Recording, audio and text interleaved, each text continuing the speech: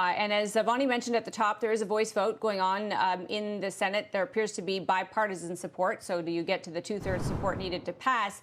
But it would mean an energy bill and spending for defense would come into play, some $740.5 billion. And we can see that they've cleared the defense bill here. I want to bring in Bloomberg's Laura Davison on this one. And this is going to be pretty important, obviously, not just to avoid some shutdowns, Laura, but for some human beings involved here. Pay increases for troops by 3%, 10% hazardous duty pay.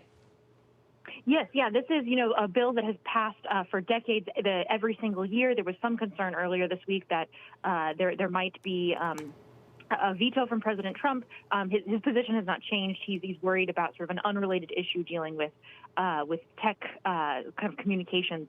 However, both chambers, the House and Senate, it passed no problem as well. And the other sort of drama point that's happening in the Senate was this continuing resolution, this 1-week stopgap funding bill for the Senate, for the federal government.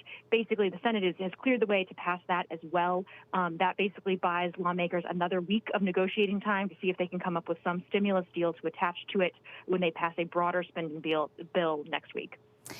President Trump, though, may still veto it. Laura, what would happen in that case?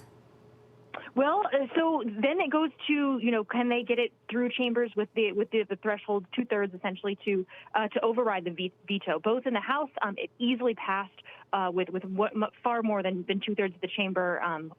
Steny Hoyer, who's the second-ranking Democrat in the chamber, has said he believes that they would be fine there. The Senate, the question is, are there enough Republicans who would be willing to buck Trump? And that's where it gets a little bit trickier. Looking at this vote total, it certainly could. The question is, when it comes down to a direct opposition of something Trump has done, do people change their minds? And I guess, what do you think the likelihood is that, should it pass, that Trump does attempt to Vonnie's point, attempt to veto? How bad would that look for Trump? Would he be willing to be on the wrong side of history on this? And certainly that's a very politically risky thing to do. This is, military pay at stake. This is, kind of a very an issue that has been a bipartisan issue that, it would be very politically risky for Trump. He has a lot less to lose at this point than other members. But there's some question there about, how much is he willing to risk to kind of make his point about Facebook and Twitter. So in a week's time, Laura, are we also looking at a potential shutdown? That is certainly the case. Right now their talks are still ongoing about a stimulus bill. They have until, next Friday night at midnight. They have talks have dragged on all week, and there's been very little progress.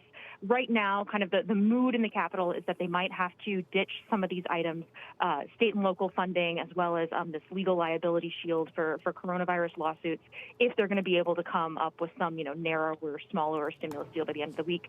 Nothing has been decided, and a lot could change, even between now and Monday.